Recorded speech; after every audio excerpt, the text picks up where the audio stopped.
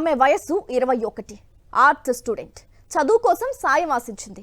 ఓ బడా ఫైనాన్షియర్ నుంచి scholarship offer వచ్చింది. కానీ అదే ఆమె జీవితాన్ని మార్చేసింది. శారీరకంగా, మానసికంగా కొన్నేళ్ల పాటు తీవ్ర వేధింపులు ఎదుర్కొనేలా చేసింది. ఆమె రీనా ఓ. సెక్స్ కుంభకోణం నేరస్తుడు ఎప్స్టీన్ బాధితురాలలో ఆమె ఒకరు. తనను అనుభవించిన వేదనను ధైర్యంగా ప్రపంచం ముందుంచారు. జెఫ్రీ ఎప్స్టీన్ సృష్టించిన లైంగిక వేధింపుల సామ్రాజ్యంపై మరో బాధితురాలు విస్తుపోయే నిజాలను బయటపెట్టింది. ఎప్స్టీన్ కేవలం శారీరక దాడులు మాత్రమే కాకుండా బాధితులను మానసికంగా లొంగదీసుకుని తన గుప్పిట్లో పెట్టుకునే సైకోపాత్ అని వెల్లడించింది.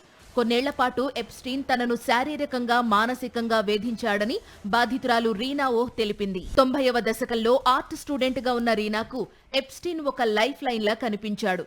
ఎటువంటి షరతులు లేకుండా స్కాలర్షిప్ ఇస్తాను, నువ్వు నన్ను మళ్లీ కలవాల్సిన అవసరం లేదని నమ్మించి తన వలలోకి లాగాడని ఆమె గుర్తు చేసుకున్నారు. ఒకసారి అతన్ని కలవడానికి నిరాకరించినప్పుడు నువ్వు నా మాట వినడం లేదు కాబట్టి నీ సాయాన్ని రద్దు చేస్తున్నాను అంటూ తన అసలు రూపాన్ని బయటపెట్టాడని తెలిపారు. ఫ్లోరిడాలోని ఎప్స్టీన్ ఎస్టేట్లో తనను బంధించిన రోజులను రీనా గుర్తు చేసుకున్నారు. తన దగ్గర డబ్బు లేదు, రవాణా సౌకర్యం లేదు, అసలు ఎక్కడున్నానో కూడా తెలియదని చెప్పుకొచ్చారు.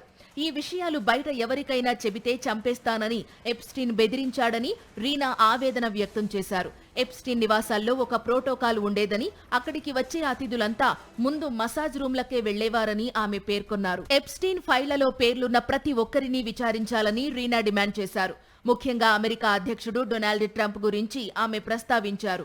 ఆయనకు చాలా విషయాలు తెలుసు, చాలా చూశారు, ఆయన పేరు కూడా ఫైళ్లలో ఉంది, కాబట్టి ట్రంప్ ఖచ్చితంగా సాక్ష్యం చెప్పాలని రీనా డిమాండ్ చేశారు. బ్రిటన్ రాజకుటుంబీకుడు Andrew Mountbatten Windsor arrest కేవలం ఆరంభం మాత్రమేనని, అమెరికా ప్రభుత్వం కూడా బాధ్యులను శిక్షించాలని ఆమె కోరారు. ప్రపంచంలోనే అత్యంత ధనవంతులు, శక్తిమంతులు ఎప్స్టీన్ ఫైళ్లలో ఉన్నారని, వారు తమ లొసుగులతో తప్పించుకుంటున్నారన్నారు బాధితురాలు రీనా. ప్రభుత్వం దగ్గర ఉన్న 20 లక్షలకు పైగా ఫైళ్లను వెంటనే బహిర్గతం చేయాలని డిమాండ్ చేశారు.